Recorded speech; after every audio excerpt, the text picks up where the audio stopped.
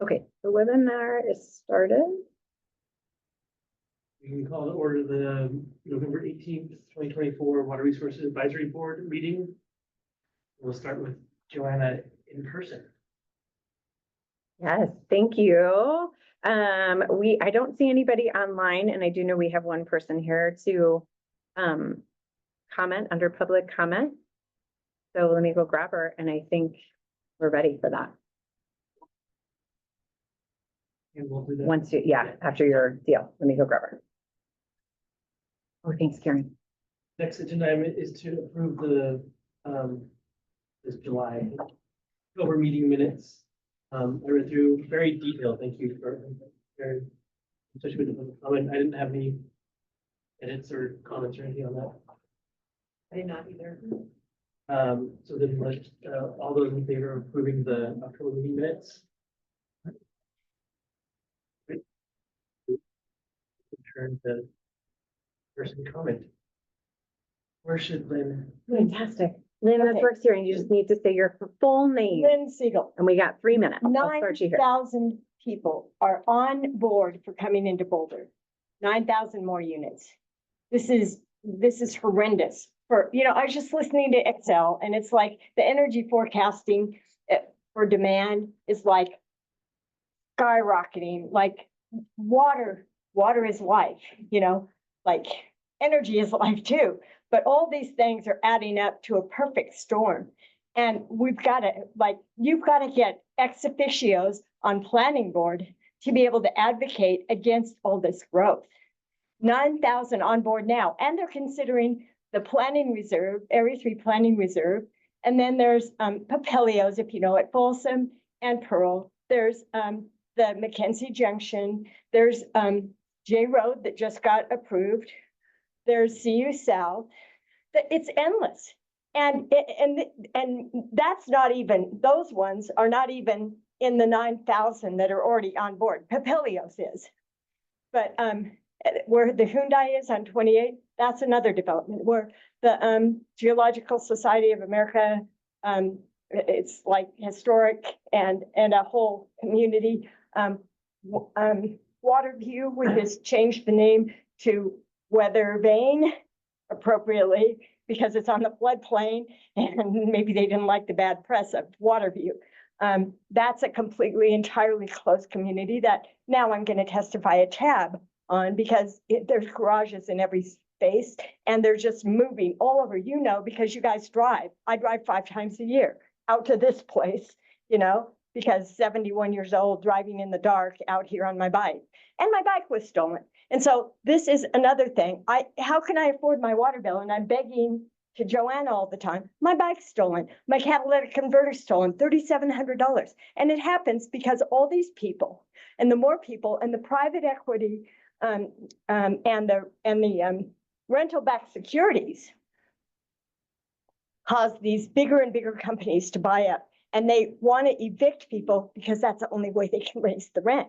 And they keep on raising the rent, and it drives up the property value. And it's this circular effect. And you guys know all this stuff. I'm just stating the obvious. I mean, but I'm desperate to be able to get us out of this situation. And build more just means more people. And it doesn't mean that we have any provisions for them in the infrastructure and the water. And the water is life, right? And we've got the Colorado River, and that, talk about that all the time. So please, please get an ex officio. We really need someone on the other boards, on TAB especially, and on planning board. And, we just got 2 people onto Boulder Valley Comp Plan. Laura Kaplan, she's a pro the airport, of course, pro growther. And then we got Matt Benjamin, both under the representatives for the Boulder Valley Comp Plan. And everyone's always citing, you're always citing the Boulder Valley Comp Plan. And these people are setting up the context for what you're going to have to meet with that. And we need to do something to stop this craziness. Everybody knows about it. Everyone you talk to, all my friends, people on the street know. And it's like, so stop already. Thanks so much. Sound didn't come on. Oh, thank you so much. Thank you, and thanks for coming in person. We did have one person join online, so maybe just if the folks online would like to comment, if you could virtually raise your hand. If you would like to speak, we'll give you a second to try that out, and if not, thanks for joining us.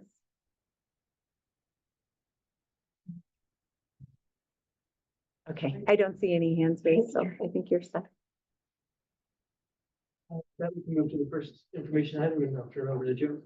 Yeah, and before, talking about the first information item, if it's okay with the board, I might comment on the public testimony for tonight. And appreciate that from Lynn, that she referred to Area 3, which is, a parcel of land, I forget the acreage of it.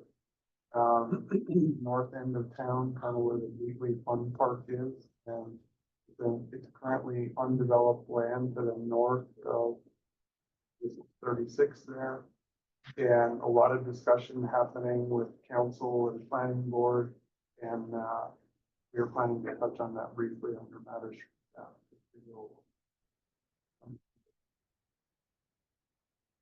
So the first item tonight, is the water service line inventory. It's an information item. No action required of the board, and I think good news to follow, as you might have seen in your packet. And there's no further consideration on this item beyond RAB. And this has to do with an important regulatory requirement that required us to assess all of the service lines from our distribution network to homes and businesses across the entire city. And you'll see in the presentation what we mean when we talk about service lines. A really challenging assignment, and with a fixed time frame to do it on. And here to present tonight is Megan Chatler, who is our water quality compliance manager. So if you're ready, Megan, I will turn it over to you. Thank you. Yep, my name is Megan Chandler. I work in the drinking water team as a water quality or regulatory compliance program manager. I wanted to just provide an update on our water service and inventory project. So to provide a little bit of background on this project, the staff worked to create a baseline inventory of the material type of all drinking water service lines in the city's service area.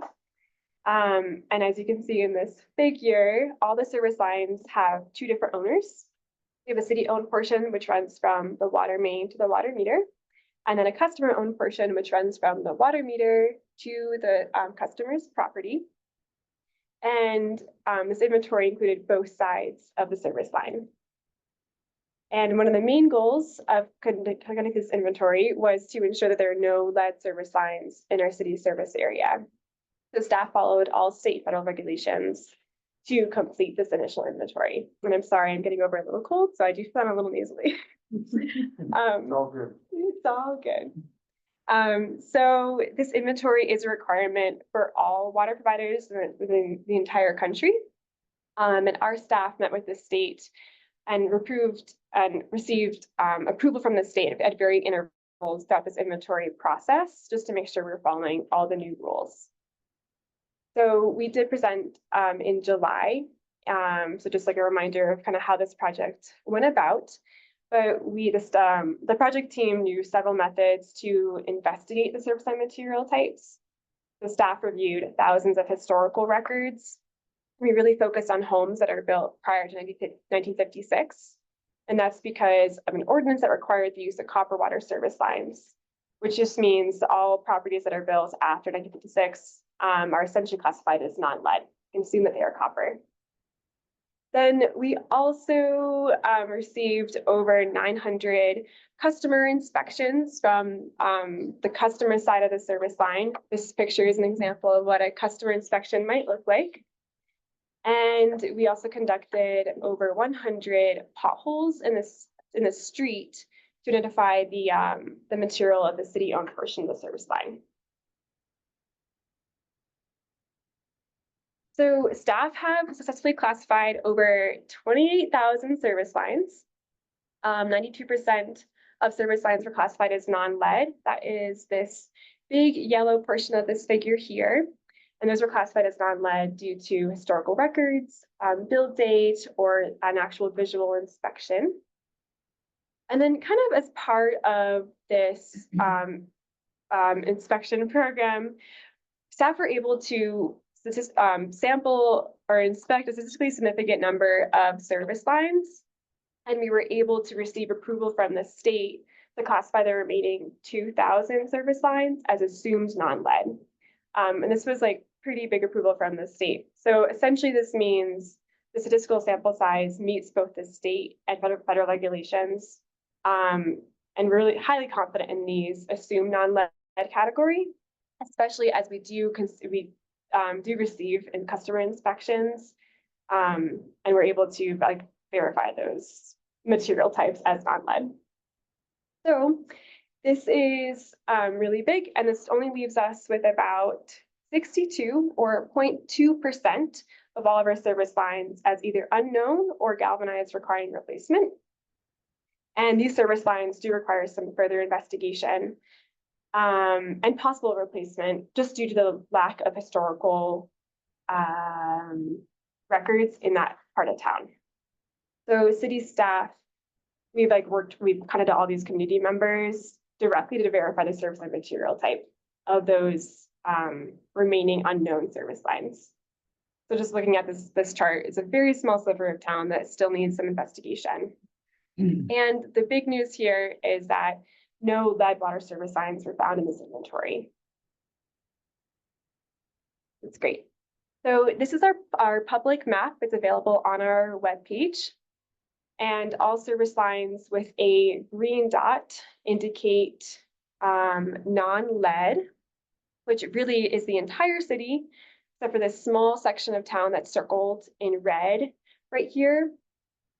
And zooming into that section of town is just the Chautauqua Historic District. We can see on the left side of this screen. So let's see. Oh yeah, so all of the the purple squares that we can see here on this map are all the unknown service lines. So we're working directly with the Colorado Chautauqua Association and the private homeowners to verify those unknown service lines. And then it's a little hard to see on this figure, but there are 3 yellow triangles in the top part of this zoomed in figure. And those are the galvanized lines that need to be replaced. And Colorado Chautauqua Association is actually working to replace those galvanized service lines over the next couple months. And these lines need to be replaced because even though they're just galvanized and not lead, we have no record of what they were upstream. And any lines that are galvanized that were upstream or downstream of lead or could have been do require replacement. That's why those 3 galvanized lines need to be replaced. I guess I can just ask, are there any other questions on this slide? Maybe not for now. And then, so as far as next steps go for this program, the EPA did publish a final lead and copper rule improvements on October 9th. And there were 3 major highlights from this rule. So the final inventory and the replacement of all unknown, galvanized current replacement, or lead service lines needs to be completed by 2037. Then the drinking water action level also has been lowered from 15 micrograms per liter to 10 micrograms per liter. And the current lead levels in the city are really low, well below 10 micrograms per liter. Nothing to worry there. And then we are also be required to sample to test lead in schools and childcare facilities. And that starts in 2027, although we'll begin our plan next year in 2025. And that is all we have for this update. Are there any questions?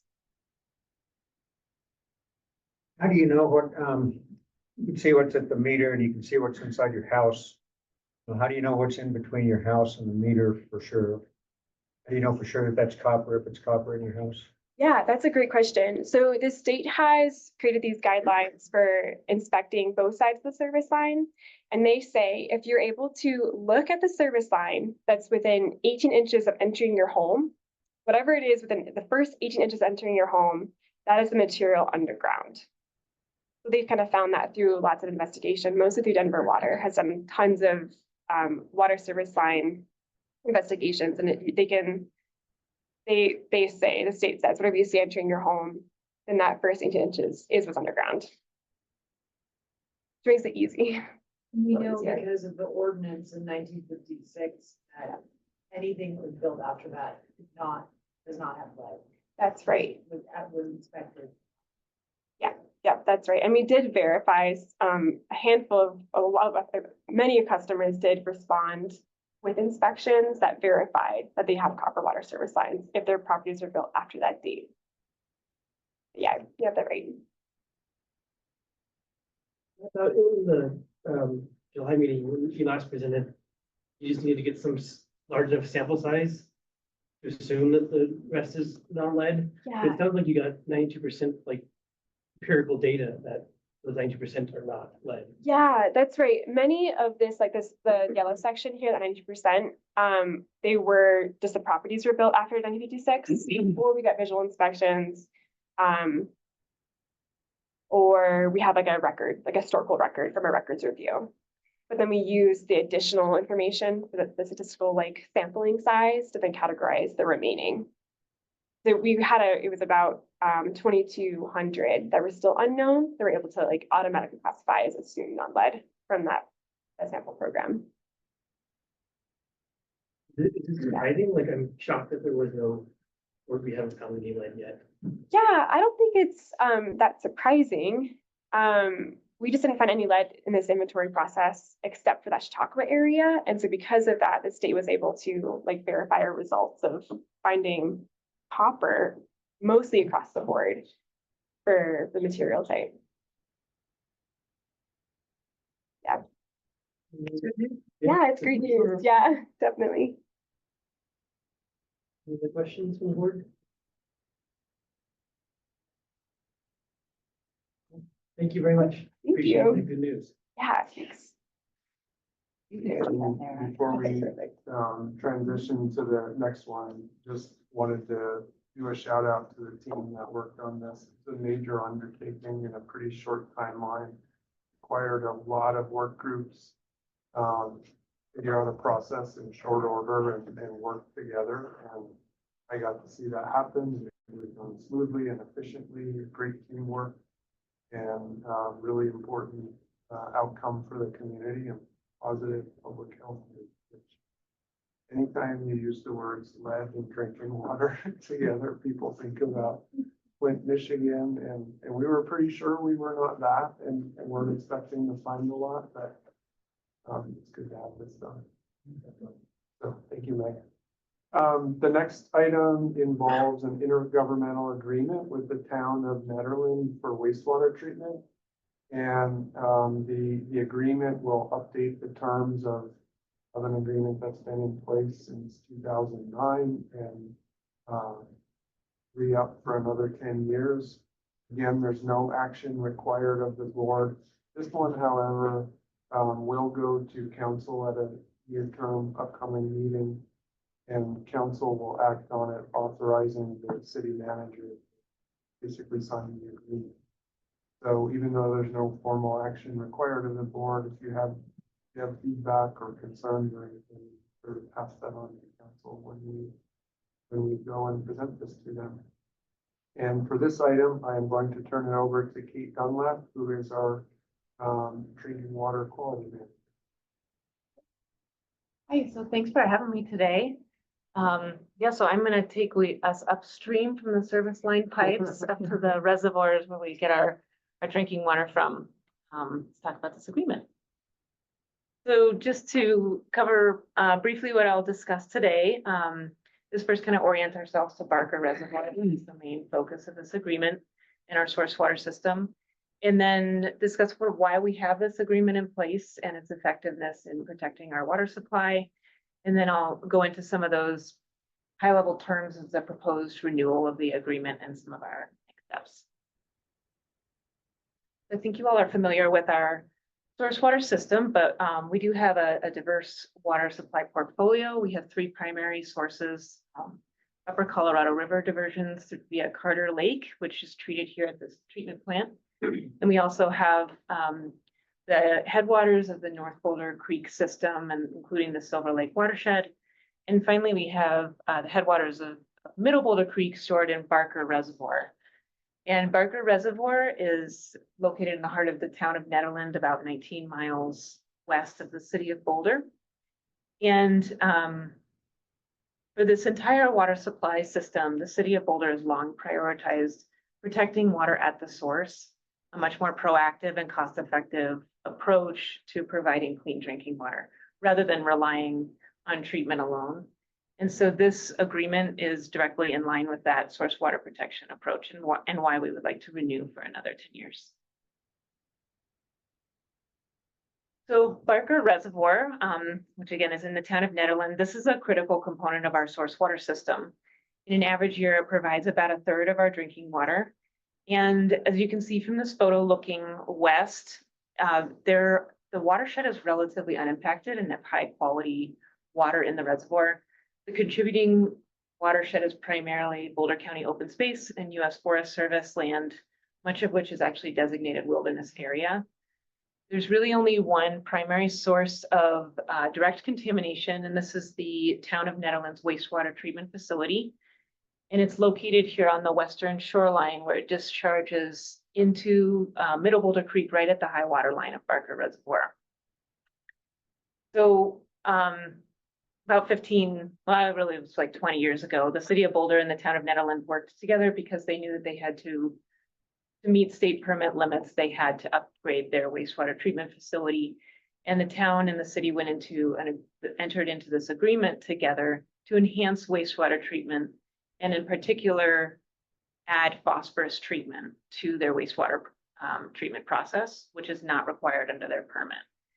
And the reason why we're so focused on phosphorus is because phosphorus in a freshwater system like this can contribute to algal blooms, which in drinking water can lead to taste and odor events in drinking water, and it can also lead to the formation of carcinogenic byproducts in the drinking water, not to mention increased water treatment costs.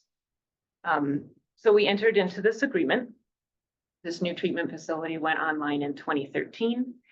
So I'm just going to show you on the next couple slides how effective this agreement has been.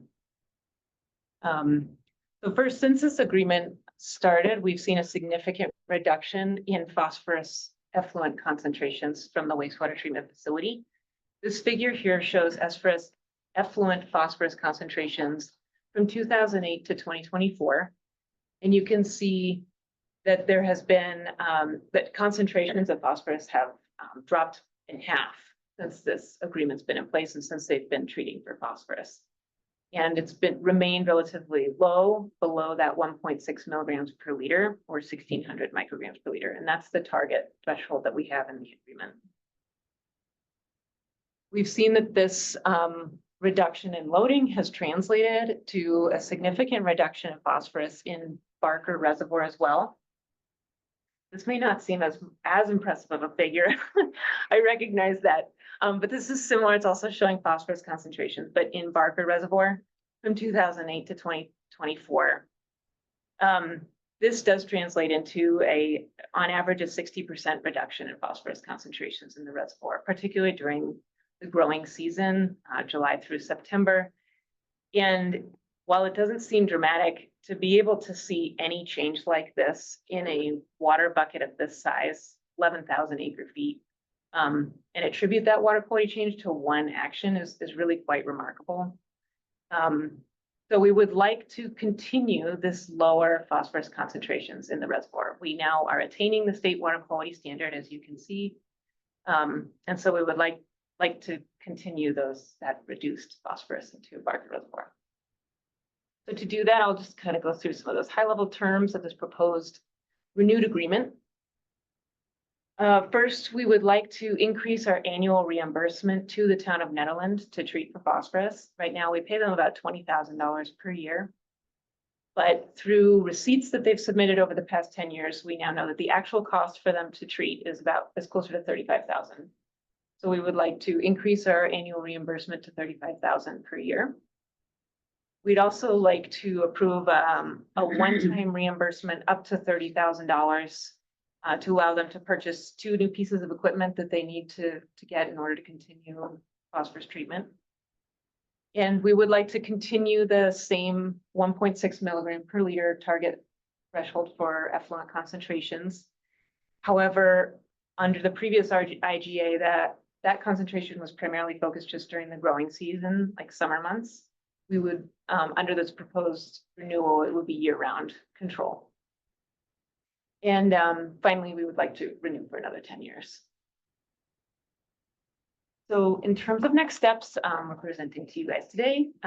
The town of Nederland will be presenting to their Board of Trustees in early December. And following that meeting, our plan is to go to City Council with hopes of renewing this agreement starting early next year. With that, I'd be happy to take any questions you may have. Why does their permit not require them to discharge that lower phosphorus level? You know, why is, I guess my question is, why is that our responsibility to help them meet state requirement? Why doesn't their permit require that? Yeah, it's a fair question. It's due to their size. They're a small community. And so it has to do with the quantity with which they discharge. Is whether it dictates whether or not they have a phosphorus limit. It is possible that they will get a limit in the next 10 years.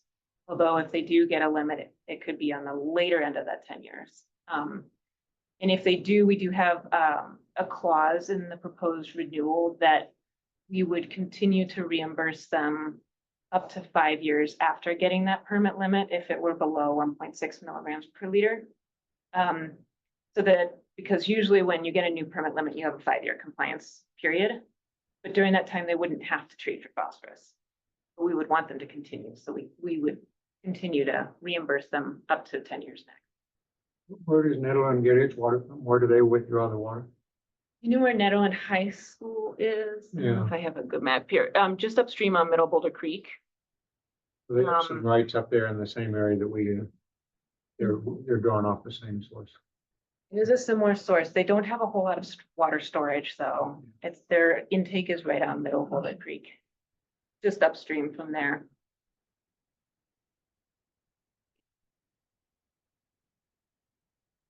On slide 5, Mm-hmm. I was curious, the chart here at the bottom, that increase in 21, 22, did something happen there? Yes, there was an upset in their treatment process and they had an issue with staffing. And unfortunately, it led to some pretty major problems at their wastewater treatment facility. Their sand filters blew out and they had no operator responsible charge for a period of time. So you can see that when there's no, well, this one had some phosphorus removal. If there were truly no phosphorus removal at all, we would expect the concentrations to go back up to the 4,000 to 6,000. But that was why there was that upset in that year. And during that year, we did do only a partial reimbursement because there was a period where they did not meet the terms of the agreement. My question is, when it does go above the target elevation, it's just a matter of the reimbursement, we just pay less. Yeah, We and don't meet the so the previous IGA was written unfortunately such that it's an all or nothing, but you know, it's a partnership and we really want to work together. And so we agreed to attend like a one-time, let's make this based on each month that they were compliant, we divided the total amount, reimburse them for that. In the proposed renewal, it'll be a month-to-month thing, so it'll be much more clear.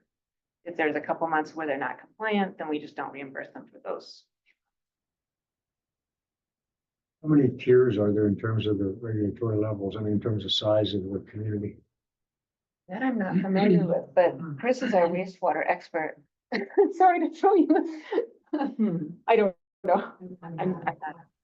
I mean, when you got a long waterway that lots of people are taking water off of and discharging back into, is it common to have this kind of imbalance where one city has to work with the one upstream of them to meet their own demands because the city upstream doesn't have to meet the same regulations that they do?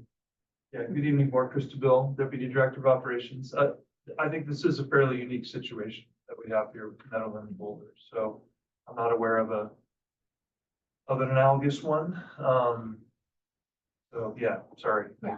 Sorry, I thought you were asking about treatment sizes, but yeah, I'm not aware of any analogous either. We're not gonna be compensated for our phosphorus removal efforts from downstream communities.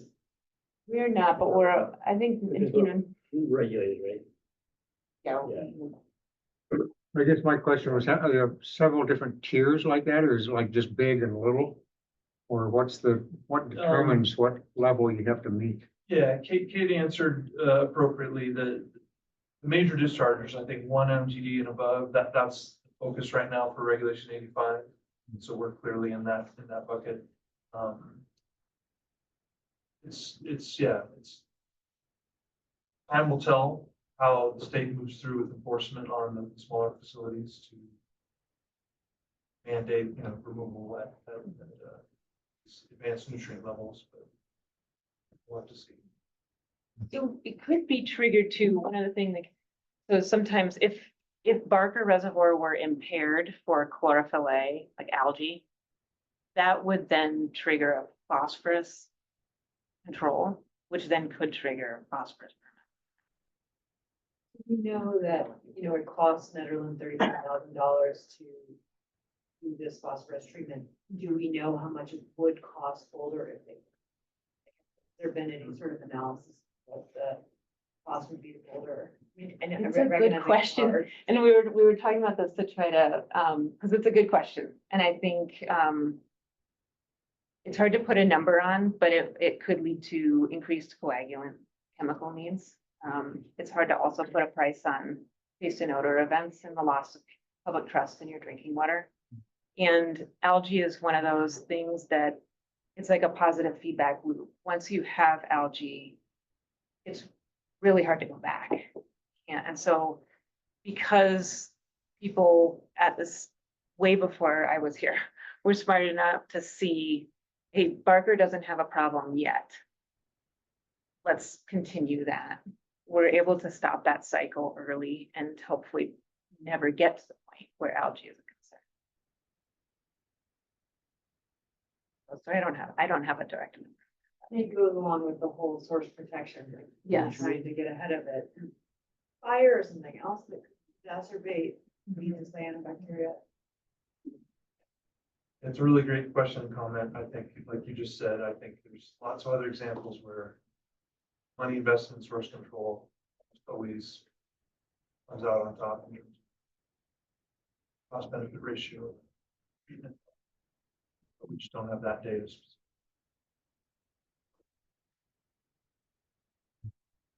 Yeah, it's an important thing to protect. We get a lot of positive feedback on the quality of our drinking water and the taste.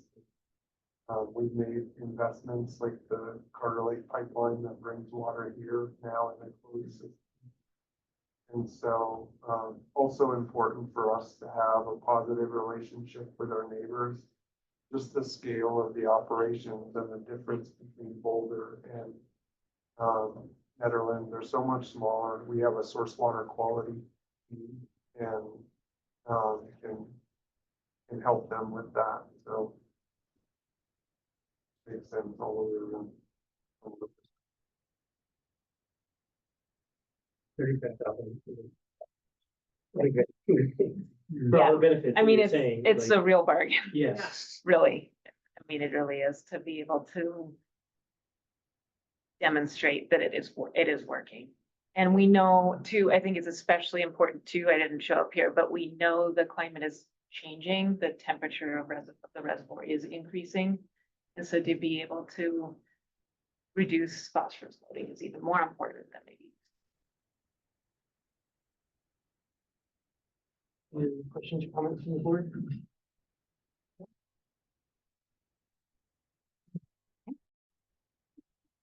Thanks, Kate. Thanks, Megan, for the presentation. And that we can move to matters from the board. I don't have anything. That we can move to matters from staff. And we have a few quick updates tonight, and this is similar to a meeting we had the MSC a few months ago, where we're having a fairly short business meeting, and then we'll close out the agenda and go and do a tour. And we'll hear a part of the matters update as a primer for that tour, but first, we'd like to start with a quick billing software upgrade from Joanna Bloom. Then Chris Duville will talk about Area 3. And then we'll have Stephen here, a primer for the tour. Realizing we should also done a safety briefing before we started, because of course, everybody. We made it this far. Not seeing any new chords. Joanna, did you want to start with? Yeah, just real briefly, thank you. I'm Joanna Bloom. I'm your technical host, but I also oversee the utility billing group, and they've been working hard for the last year and a half or so to upgrade our billing system. We had kind of an antiquated system that was locally based, and so we're moving to a cloud-based system for security reasons, but also just to improve the reliability of the system. And also to enhance the customer experience. So in the background, the database is being upgraded, but then the customer engagement portal will also look new to folks. And then we also have a new payment processor. So all three of those things are going to go live in a week on Monday, November 25th. And so you will see some reduced service capabilities this weekend while they port over all of the data. And then there'll be a new customer portal on Monday that all customers will need to register for a new account for. So the old system's going away and you'll have to register for a new account. To do that, you will need your account and customer number from your existing account. Save your own bill, write that down. If all else fails, we have people manning the phones so that you can call and ask what those things are. But you will need to register for a new account. The good news is if you were on auto pay. We're not needing it. You gotta hit mute. There you go. You're good. If you're on all customers, if you're on auto pay now, all of that is being ported over to the new system. So you don't have to re-sign up for auto pay. We don't have to chase down 20,000 payments. That will happen automatically. So hopefully it'll be a fairly light lift. And then this conversion is the precursor to the city going paperless, towards paperless billing starting the beginning of next year. So January 2025 is the last paper bill. And folks will then get an online bill. Folks will be able to opt in for a paper bill if online is not an option. And we do have that request from some of our customers. So there's still a way to accommodate people, but we'd really like to encourage people to try it for at least 3 months. And then if you really can't live with it, then we can send you a paper bill. But hopefully we'll get there so we can support our environmental benefits and reduce our postage costs and things like that. So that's coming up. Encourage all your neighbors to sign up. Would this be a quicker way to inform people of like a continuous flow detection type thing, or is that not, that's still not? Yes and no. So we still only do monthly water reads. There is an alert that you can set up through the customer portal. So you might be able to get information in a different way and more quickly. But unfortunately, until we get to the point where there's more real-time information, which we're working towards, but that's still a ways out. The hardware meters and that part of the system. I think we, long-term, will upgrade that. Right. But we're not there yet. This will be the platform that integrate all that data into. Yeah. Cool. Yeah.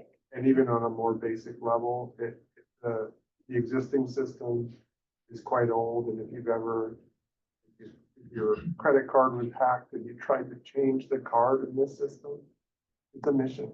And can be quite frustrating for people. So we're looking forward to things like that, just at a basic level that'll hopefully be more user friendly for our customers. It's certainly, if you hear, I mean, you all are a conduit, so if you hear of any things that are not working well or whatever that you want to highlight, please let us know and we'll try to fix it. The idea is to have it be something you ever have to think about. You just pay your bill and you're done with it. Thank you. Chris, you want to talk about Yes. area three? Area 3. I'll try to do this justice in just a few minutes, but we can find ways to follow up if there's more interest.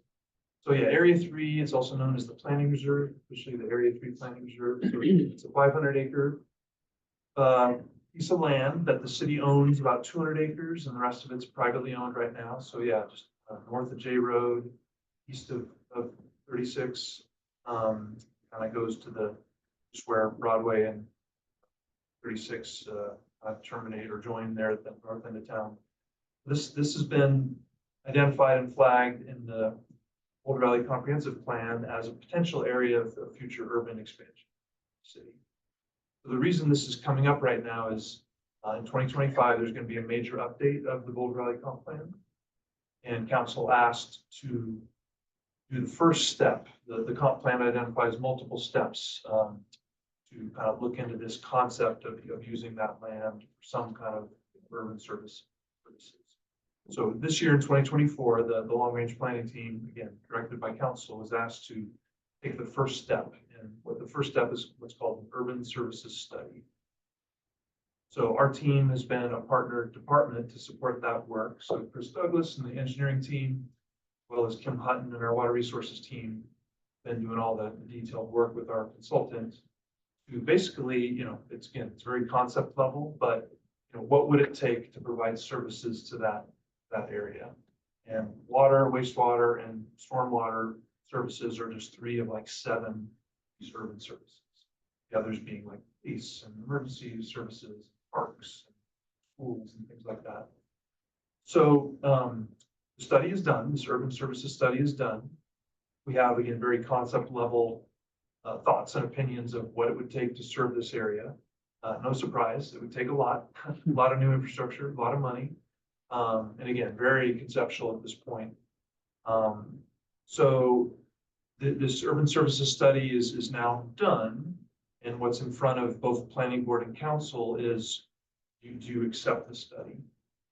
So it's not at all a detailed version of what that future land would look like in terms of the development, but it's just here's the level of effort it would take to serve that area. So for us in our role in utilities, it was really simplifies down to 3 main levels. We have the water resources to serve that area, source water rights and acre feet and all that. What would it look like for the on-site infrastructure, water and wastewater, to handle that? And then what are the off-site improvements, pipes and treatment? So all 3 of those things were looked at, and again, it's a large amount of work and infrastructure and cost. So last week there was a joint council and planning board meeting on Thursday. This topic was lifted up and there's public comment and investigation into this. There's a study session previously with council. So where we're at right now is tomorrow night, the planning board will finish their public hearing and vote to accept the study or not. And then on Thursday this week, same thing for council. They will finish the public portion, the public hearing portion, and also vote to accept the study or not. If both entities accept the study, then you just take the next step in the process, which is a kind of a community needs assessment. So it's not at all ready to develop the area, but it's just the next step in the process. If the study's not accepted, we'll just put it on the shelf for another 5 years. And in 5 years' time, when the next Boulder Valley Comp Plan update comes across, they can elect to pick it. So that's kind of the decision in front of planning board and council. We take the next step in this investigative journey.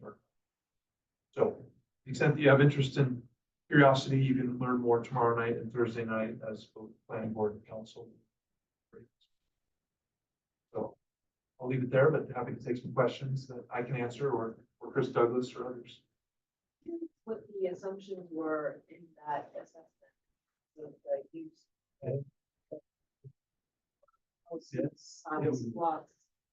have lots of lengthy memos we can share that are publicly available, and great questions. So consultant that was hired to support this work, they, just to run the math, do the numbers, they picked 4 different kind of scenarios along a spectrum of what could be possible. Of no surprise, the housing is of high interest of council. To try to press into the housing needs, potentially use some of this land for that. But it's not exclusively housing, you know, there's parks and other urban use types that were included in these scenarios. So there's scenarios A through D, A being kind of the lower end of the intensity on development and density, D being more of a higher end. So scenario D, if I remember the numbers right, I don't have it all exactly in front of me, but it could yield over time when fully built out, you know, up to like 19,000, you know, new residents or new units. So it has the potential to be a significant urban extension of the city. But first things first, again, the study, it would have to go from Area 3, and then the comp plan officially would potentially change that land use to Area 2, which then makes that land eligible for annexation. And once you're annexed into the city, it's Area 1, all the services are there. So yeah, there's lots of interesting facets and aspects of this.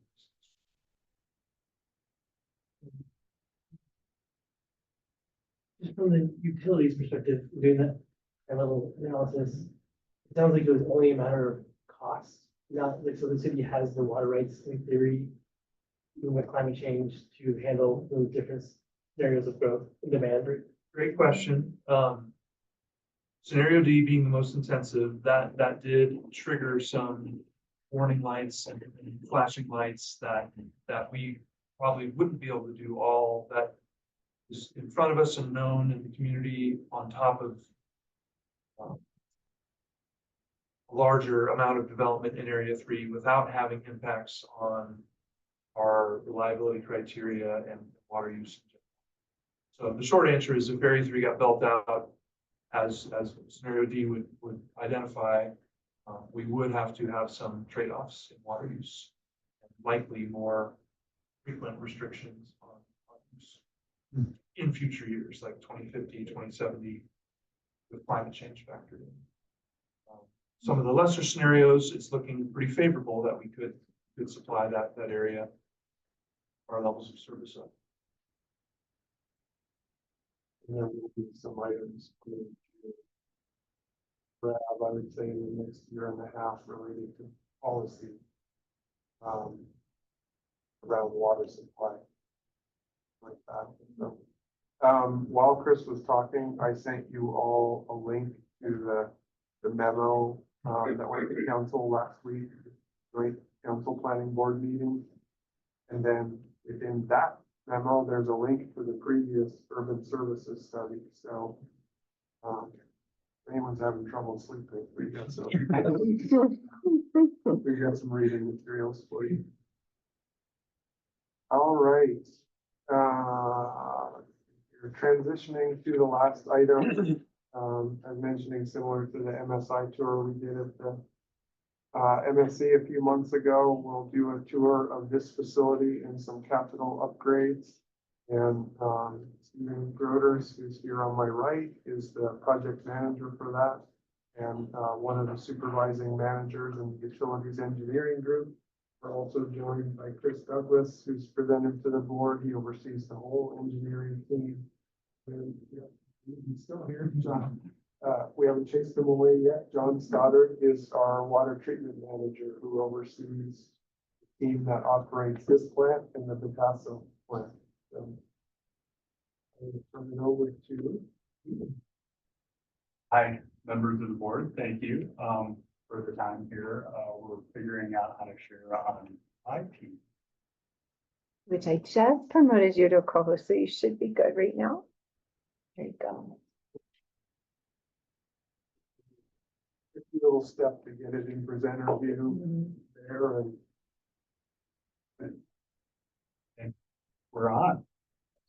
Okay, well, let me start. My name is Stephen Groders. Once again, welcome to the third water treatment facility. This is a very brief primer on the field walk. So there's so much that can be said about this project and many years in the making.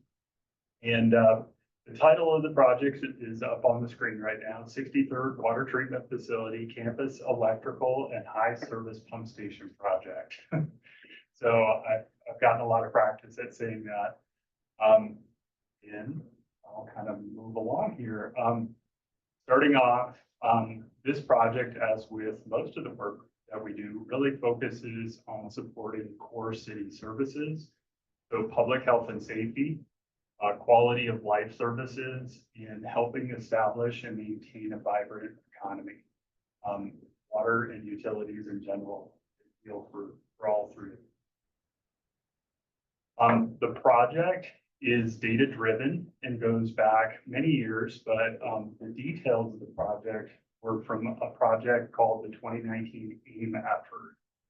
That was previously talked to the board back in 2019, and that identified this particular campus as a priority in the capital improvement program.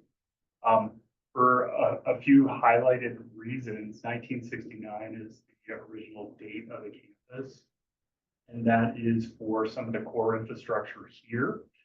Notice the high service pump station. That's the largest singular pump station in the city of Boulder and is really the workhorse for getting water from the treatment plant out to our customer base. And then with that is a lot of key electrical equipment. The campus itself delivers about 30% of the city's potable water, which makes it really critical for drought tolerance. In Western Slope Supplies, this is the only campus that can treat and deliver water from the Western Slope water rights portfolio. And it's the only means of backup to the other water treatment plant, which is the Taos Water Treatment Facility. So some of the pictures that are up on the screen right now on the left is this data-driven process. There's thousands of points of data that drive the critical nature of equipment throughout the treated water infrastructure. And then pictures over on the right are what we mean by what does campus electrical look like. Oftentimes the electrical equipment looks like a gray box, but there's a lot going on inside the gray box and long lead equipment and equipment that comes with it, kind of a large price tag. So it's really important to stay on top of this in order to keep the facility up and healthy. The next slide here is the goal for the project itself, which was to replace major campus electrical and high service pump station capital assets in a way that addresses aging infrastructure and meets the city's level of service goals now through the comprehensive plan build out scenario. The project officially launched September 2019. There's a number of phases that take place with a project of this size. It is on track. Most of the work is already successfully in service. Projects nearing final completion. Totally being done contractually with our business partners here. You can see we had procurement processes, preliminary design, final engineering, bidding, and all through the COVID pandemic. Equipment lead time issues, like all of it. And really happy to report that we are on track. And like I said, a lot of the project is already successfully in service. So the next small number of slides are just pictures representing what some of the critical assets look like when we started the work and then what they look like now.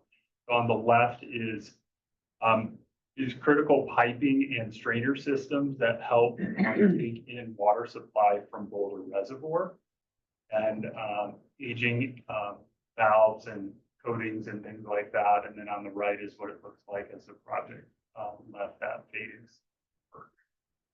So this is a picture of one of the structures that also has a number of pumping pumps inside of it.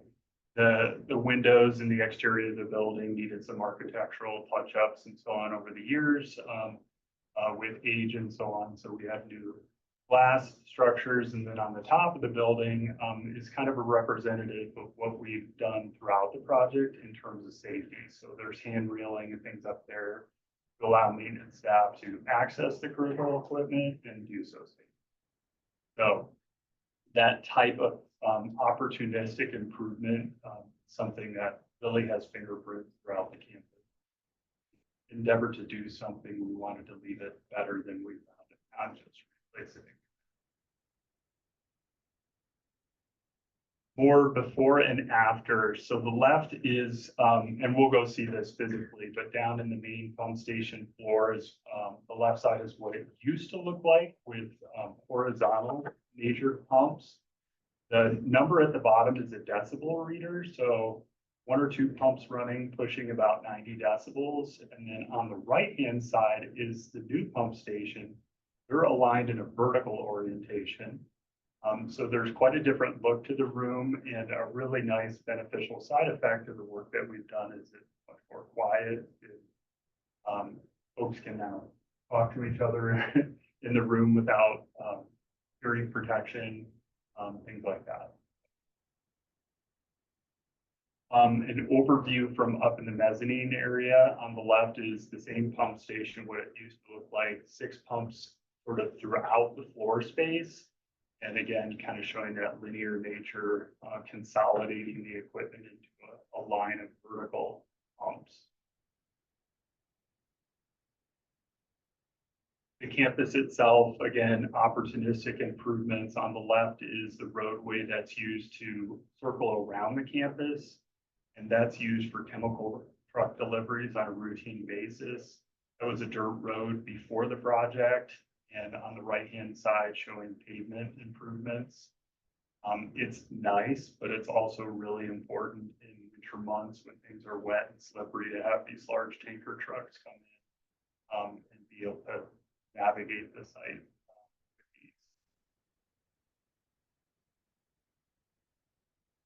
A lot of what we'll walk over can't be seen anymore. But there was large piping. This is large 42-inch diameter piping going to, from, and through the facility. A lot of that piping had to be rerouted in order to do construction while also maintaining the treatment plant in functional service through the project. Piping is, yeah, it's all replaced now. We have flow metering equipment now. That's highly tuned into what we're trying to do. A major benefit of the project is being able to turn the pumps up and down. Before it was an on-off switch, and now it's more of a dial. That helps on operational sides out in the distribution system, helps in the treatment plant, and really a highlight is it helps us fine-tune the water rights. We get precise amount of water at the time of year that the city would most. This is not a finished product. This is in construction on the electrical side. This happens to be my favorite picture of the project. There is so much electrical work that took place successfully through the last 3 years. And it's hard really in a photo to capture electricity, but I think this one does it the best. Really complicated, high voltage equipment. The contracting team that was partners with us on this were top notch. Very fortunate. High marks for all of the folks involved, especially in the electrical side, really complicated. Teamwork. Talked about, it's really sometimes difficult by the end of a long duration project to stay such intimate and close partners. This project accomplished that. So this is a representation of some of the team members, and there's coins in a couple of the palms of the hands there that we all said good thoughts over and cast those coins into the concrete as the last pump was cast into place. Cool. Some of the team members there, just, smiles, not even staged. These are folks who are really happy to have been part of this good project, and team members. And in the background, the complex series of instruments used to run the facility. We'll have a chance to go take a look at that wall.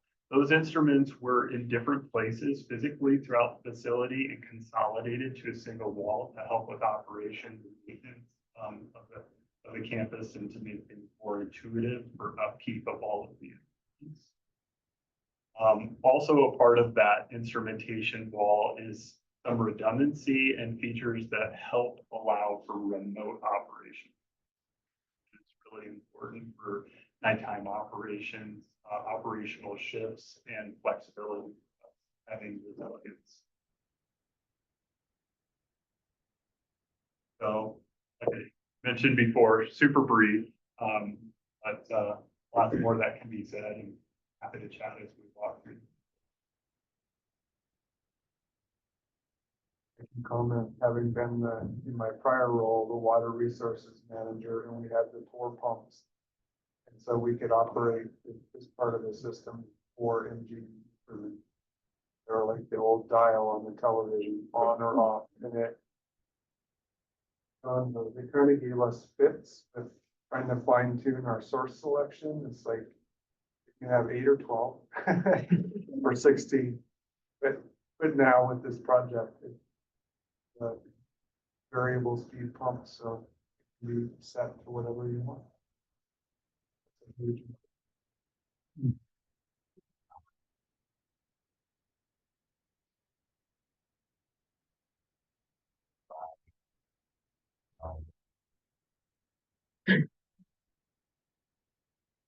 All rivers change every day. There are times when there's more water available.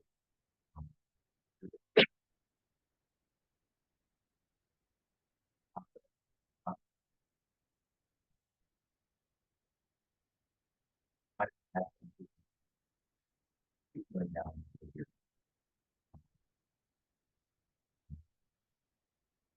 That would be tree 4, we tree 8, 6. So we have it. Things up the process. Now we find that it goes in different things.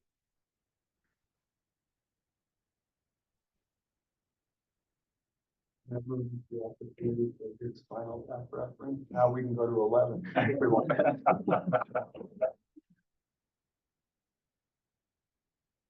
I think though you came up with the aim then fire name of the objective.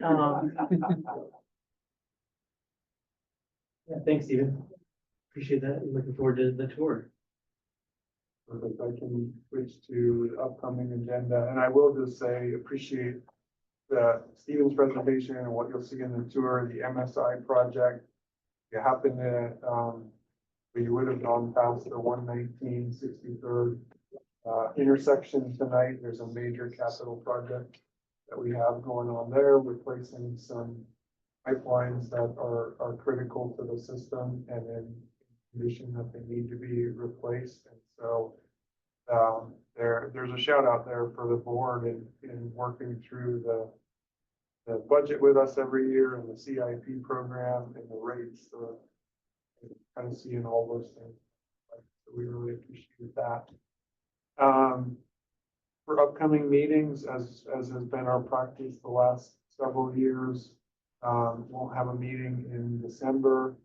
January, we'll focus on the year-end review. I do not know where 2024 went, but it's about third page. And then in February, as I think the last few, at least once, we've had our RAB retreat at that time. So that's how things are looking next month. Questions about that?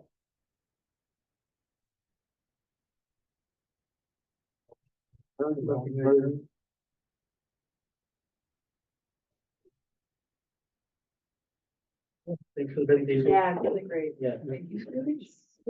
Fun on the tour.